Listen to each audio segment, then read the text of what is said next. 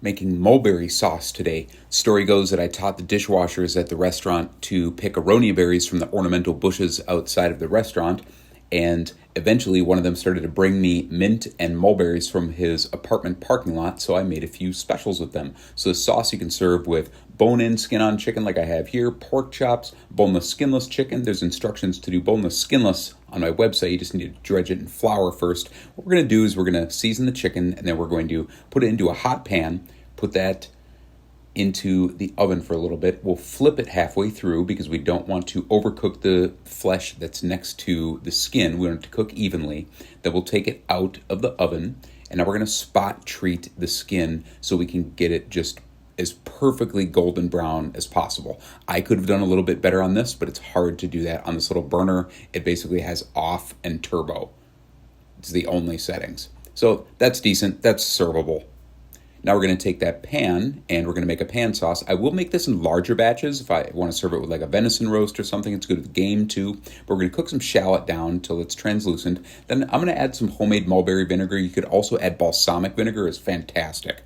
And then I'm going to add some red wine. You can add the vinegar and the wine together. I'm adding them separately here for instructional purposes. And we're just going to reduce this down until it is nice and syrupy. We're trying to concentrate things. This is a reduction sauce, and the velvety, syrupy texture and finish of the end product is going to kind of depend on your slow reducing here.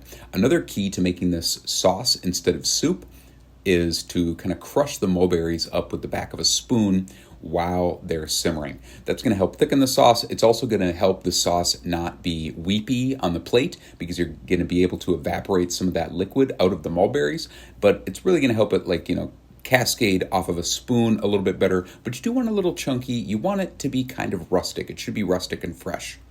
Then we're going to add some homemade chicken stock, mostly for the collagen. Now, depending on the sweetness of your individual fruit, I will add maple syrup. It's also going to thicken it a little bit.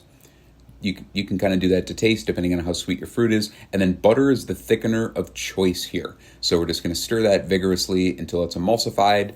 And we're going to add a decent amount, 2 to 3 tablespoons for a 2-portion pan here. Then a little bit of lemon thyme or lemon verbena or lemon balm or mint. And you can see the sauce is almost done.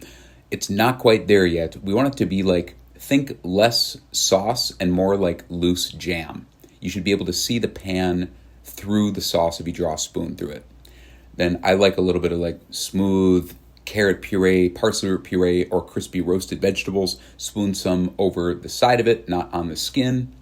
And if you do boneless, skinless chicken, you just want to dredge it in flour before you cook it. You could also use walnuts, and instructions to do that are on my website along with the rest of the recipe, and there's a link at the top of the video description for that. Thanks for watching.